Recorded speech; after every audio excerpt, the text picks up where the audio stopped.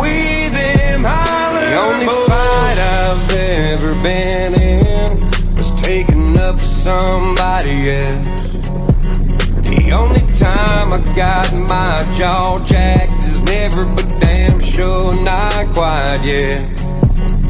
The times I miss the most are the times nobody knows. When it was me, my cousin, and a couple of my buddies racing down old Sam's Creek Road.